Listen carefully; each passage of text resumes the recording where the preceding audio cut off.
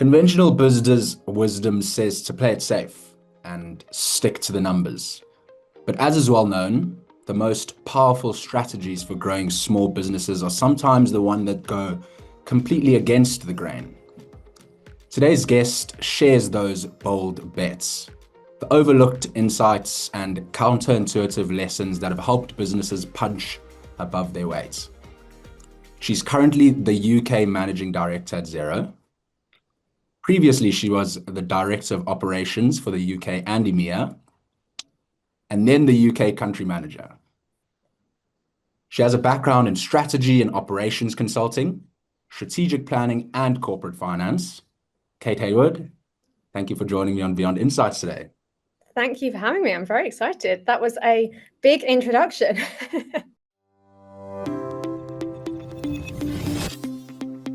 Some introduction, wasn't it? I wanted to get all the listeners for today excited. So let's get into it. I think as a typical introduction, we usually ask our guests, what's something that's not in your traditional bio, but which tells us a lot about you as a person? So the one that always comes to mind that people don't know, and it goes back to early younger years, which I think often puts you on a path for the rest of your life. I was a gymnast for over 10 years. Nice. And so that has formed a lot of who I am, a lot of how I think about how I work. Because gymnastics is a very hard sport. It takes lots of dedication, lots of training, lots of constant improvements, constant tinkering, constant thinking. So that's something that seems to show up throughout my life and took me a while to work out where it came from, and it's definitely there. Amazing. That's really, really interesting. And I guess a little bit of background. Obviously, I've given a bit of an introduction to you as a professional, but could you just tell the people a bit of a background from your perspective and how you got to where you are today? Yeah, so I think similar to the first question, one thing that people are often surprised by, I did a biology degree. So I was a scientist, and that's where I started, and realized I didn't want to be in a lab doing experiments for the rest of my life. And so I quickly realized during university that I probably wanted to do something different, and did an internship with Ernst & Young. And that's where they say the rest is history. So I became an accountant, but by chance, by luck, I didn't have to do audit, and I actually did the corporate finance rotation scheme at Ernst & Young. So was exposed to corporate finance, financial due diligence, restructuring, and lots of other more operational pieces of the business. And from there, I essentially ended up in strategy and operations. And that's where the path had led me into Xero as well, thinking about strategy and operations for tech businesses. Amazing. And so you think that background in the sort of sciences has informed it all, the decisions, the way you behave, the way you think about things today? Yeah, 100%. People think that's quite different, but actually it's quite similar. So if you think about a science experiment, you have a hypothesis, you have a method to test it, you get the results, and it either disproves, it never proves a hypothesis, it's very hard to do, but you test and learn, and then you execute more. So that ability to take the information you've got, make a decision and go is very similar to how you're taught or trained in a science field. And always to be lots of different inputs, putting them together going forward. So it's actually very similar to business. Amazing. Amazing. Okay, so a bit of background, and then that's obviously informed where you are today. Now, from a leadership and growth perspective, we're going to start off with a classic one, which is what's one piece of business advice that you hear all the time, but we're going to flip it, that you actually disagree with? Oh, so there's one that's slightly nuanced, I'd say. I don't disagree. Often people say fail fast. I don't think we should fail fast. I think we should learn fast.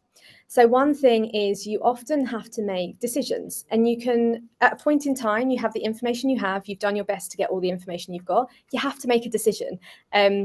What's worse, not making a decision and continuing to spin. It's one of my biggest frustrations. So, but with that, you start going and you'll get more information. It may mean that it means you're learning quickly and you pivot quickly. It doesn't mean you're failing. You're just appending the information you've got. So I don't think we should focus on fail fast. we should learn fast and pivot and continue and double down or stop. So that's the slight nuance of that term, that I don't like failing fast, I like learning fast. Amazing. That's a great answer. And then can you think of a time when, doing the unpopular thing, so to speak, actually paid off? Oh, there's a few. I'm gonna give it a specific example, but I'll give you the gist of it. Okay.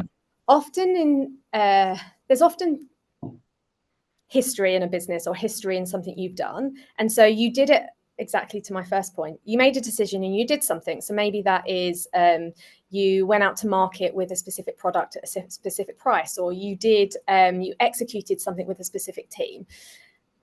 And sometimes if that has been going on for a long time, so say 5 years, but it might not be suited for what you need to do today. So you need to change it. It's going to be hard for your team, hard for your customers, hard operationally, because everything's been wired to do it, especially if you've done it quickly. That often happens when you go through startup types of businesses, that you're often thinking, okay, it was right to get it done, but maybe the processes, maybe the operations have kind of molded around it, but they haven't been thought through. At some point, you kind of need to cut that. And that is it's often unpopular because that initial energy and change is really hard. But it's required because the benefit in the longer term, so the payback period of that does make sense. But this initial period is really, really hard. And I think that's always something, there's examples like that I've got numerous times where you have to make that call. And everyone's like, why? What are you doing? Like, no, it's too hard. But you have to see the end. And I think a big part of it is telling that story about what the end would look like. So yeah, that's what I think, is often unpopular when you make those kind of decisions. Yeah, I mean, absolutely. I can imagine for most people listening that they can agree change is sometimes uncomfortable. So I like what you've mentioned there about sort of speaking about the end picture, just to give people an idea as to, why are we making these decisions? Right. Why are we doing what we're doing? No, absolutely. That's a really good answer as well. So lots of small business owners, SME leaders focus heavily on, short-term success. You've mentioned it a bit there, but what's another counterintuitive approach you've seen to driving long-term success? The one that always comes up, I'm quite passionate about, especially for small businesses, is pricing. So often small businesses are very focused on what's the next product I'm going to sell, what's the next service I'm going to deliver. I need the volume. I need to get out to more customers. I need to prove that actually I've got a worthwhile product or service. But they don't always step up and look out of actually what is the value of what they're doing to the market. And so they're focused on short-term growth of volume and not actually the longer term view of the volume and the pricing balance.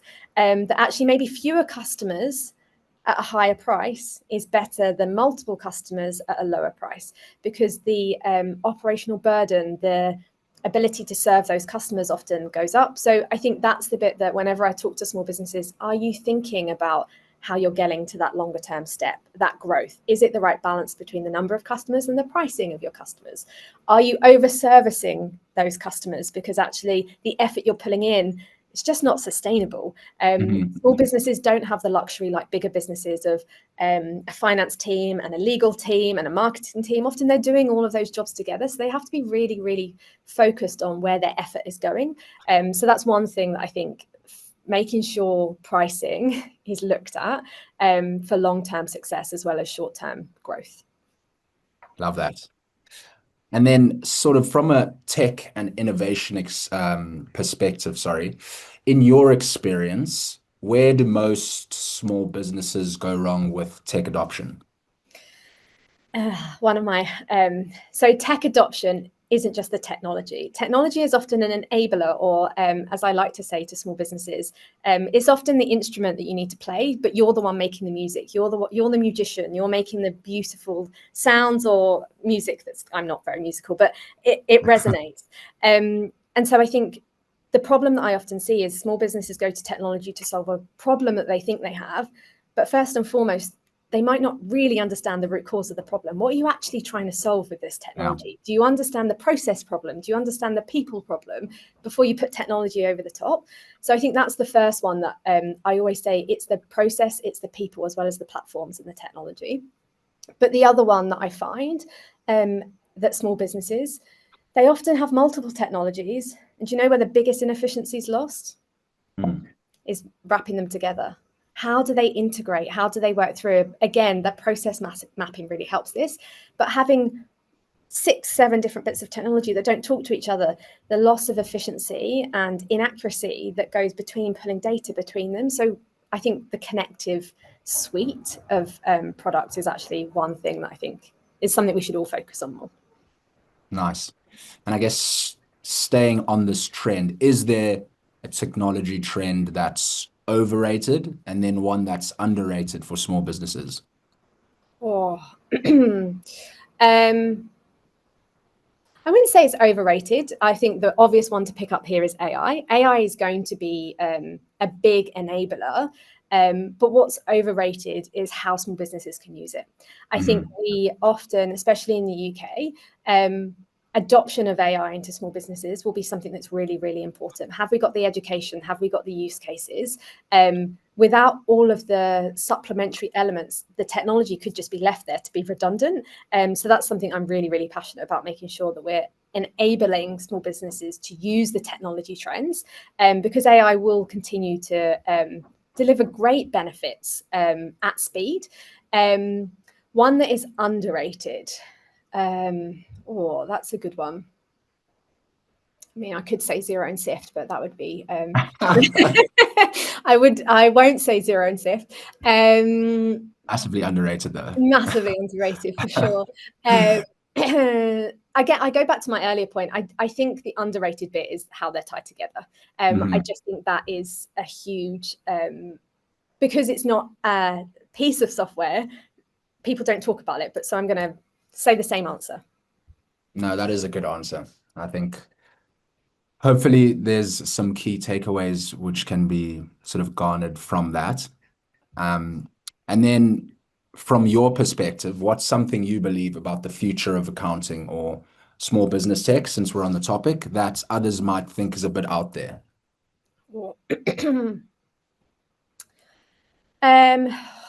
A bit out there. I don't know if it is a bit out there. I do think AI is going to have a huge impact on the industry. Why and what? At the end of the day, the jobs that need to be done will continue. So we'll still have to look at our books. We'll still have to manage cash flow. We'll still have to pay our taxes. We'll still have to pay people. We'll still want to forecast, can I afford to buy a new tractor as a farmer, or can I move into a new office with a new team? So all the jobs that we're going to have to do will stay. But from an AI perspective, imagine a world where the manual repetitive tasks aren't there anymore. So whether that's the small business or their advisor, their accountant or bookkeeper, can really focus on having much more personal conversations that are curated, not just to the industry, but that region. I think that ability to be a lot more targeted in talking about that specific business. We all know small businesses are so varied and so diverse. It's the beauty of them, but also what makes it challenging to support them.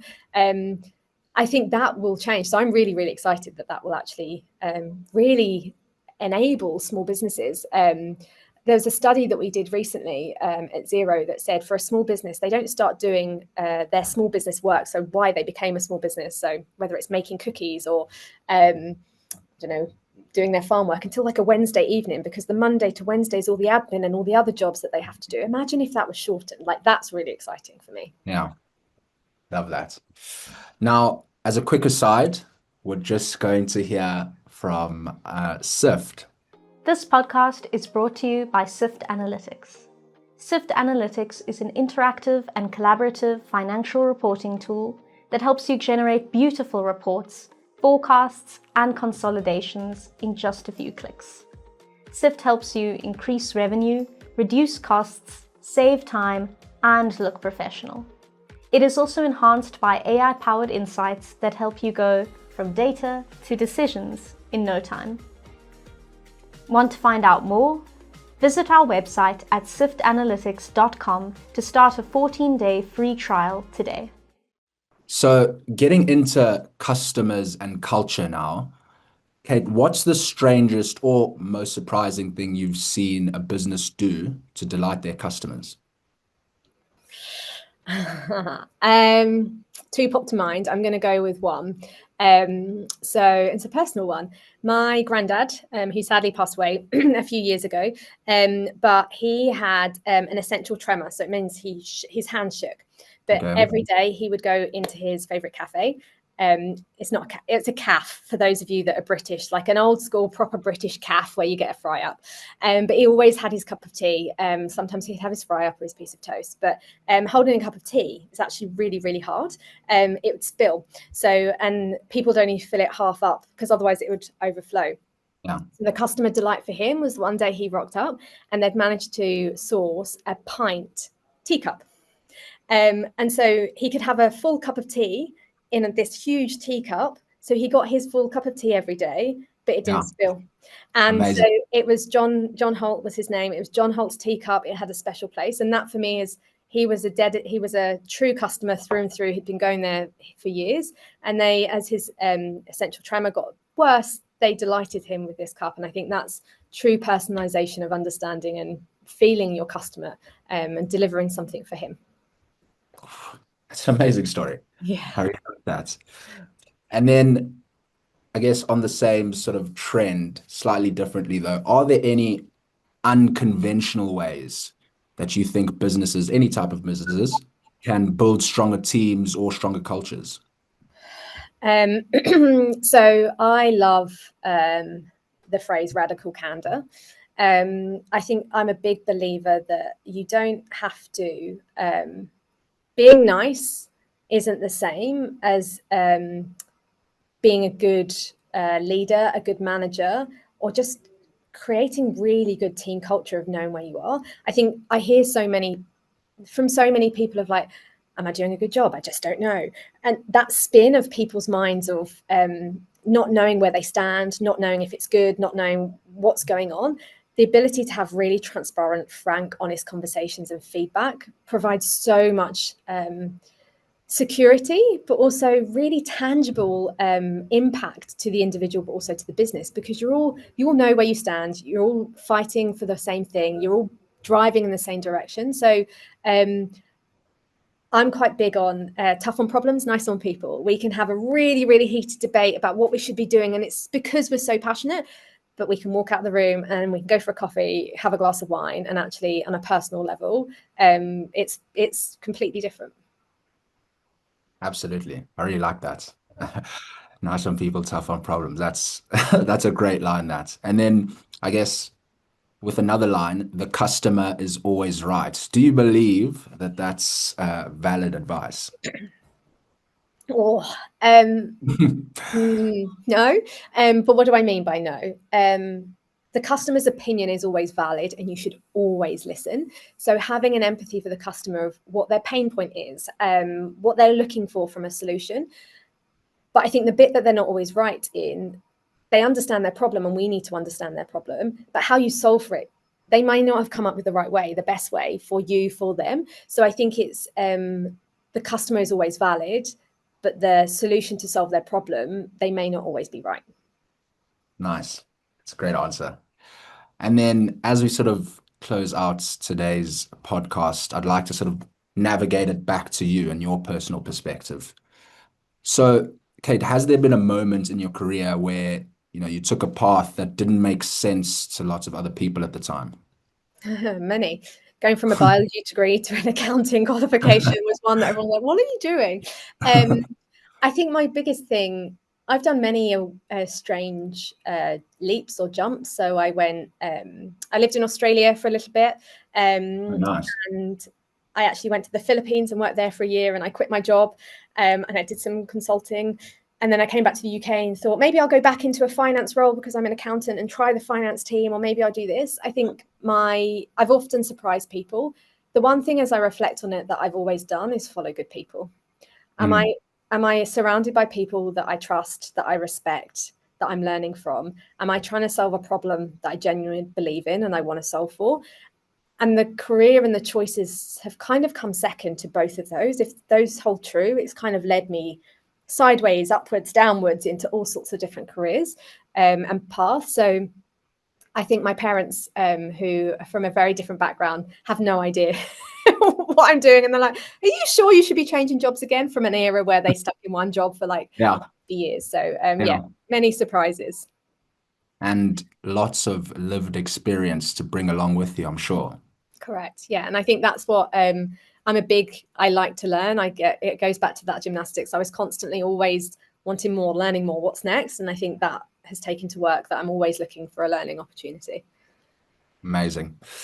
And then what's a non-business book or experience that's deeply influenced the way that you lead? So interestingly, as a gymnast, you spend a lot of time at the gym, but it becomes your life. And so I coached as well. So I coached very small people, but I also coached gymnasts of special needs. So we had a local special needs school that came in. And I think that more than ever told me, and I have this whenever I'm managing or leading, if someone doesn't understand what you're trying to do, they don't understand, or they haven't grasped what you're asking, it's on you. You haven't communicated it enough. You haven't been clear enough. It's never on them. And I think if you take that on, it makes you think about how to do things in multiple different ways, because everyone is so different. And as a leader and as a manager, I think that's always something that your style has to flex as much as everyone else's style has to flex.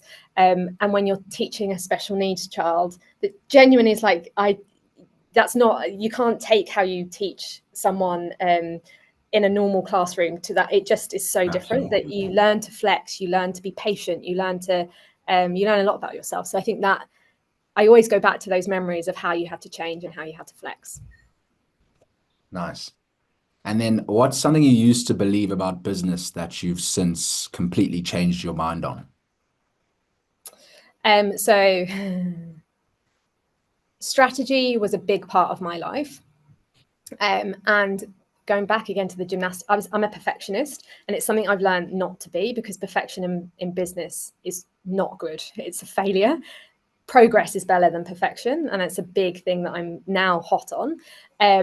But that's similar with strategy, that there's a point in time where there's lots of information and you're pulling it all together and you have a direction, but the progress actually comes from execution.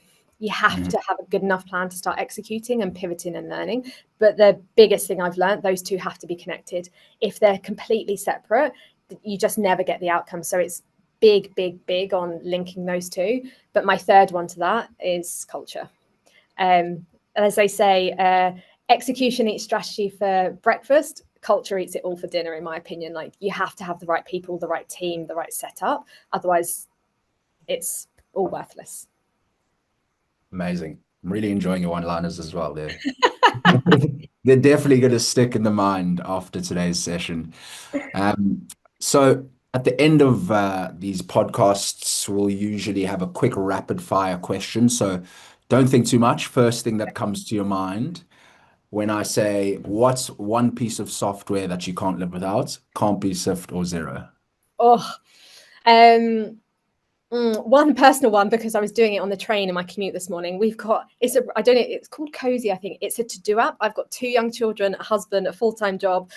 Our house is a bit manic. We have a shared to-do list that me and my husband can both see, and we tick it off as we go. It's very, very simple. That's one bit of personal software. The professional one, I've been a OneNote user for notes on Microsoft for years, and there's one Notion that's finally taking over, and I'm actually transitioning. This is the first time I've ever transitioned my note taking. So yeah, I can't live without Notion at the moment. Amazing. And then what's the best book or podcast that you've read or listened to recently?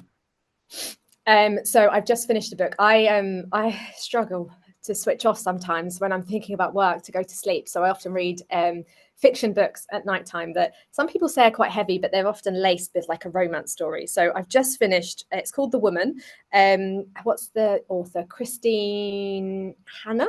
And it's about women in the Vietnamese War that were the nurses, that were the unsung heroes, that went out to war, and about their battle of coming back to the US and it not being, it was brilliant. So yeah, that's the latest book I've just finished. Amazing. And then just lastly, what's one key takeaway that you hope the people listening today will leave with? Tough on problems, nice on people. Great. Love that. Kate, thank you so much for joining us today. It's been great to hear a bit of your insights, your background, and your sort of perspective on things. And thank you for listening to Beyond Insights today. We'll see you very soon. Thanks for tuning in to the Beyond Insights podcast. Please like and subscribe on whatever platform you're listening to right now. And please share with any of your colleagues or friends or family members that you think might benefit from listening to this podcast. That's all from us. Until next time, see you then.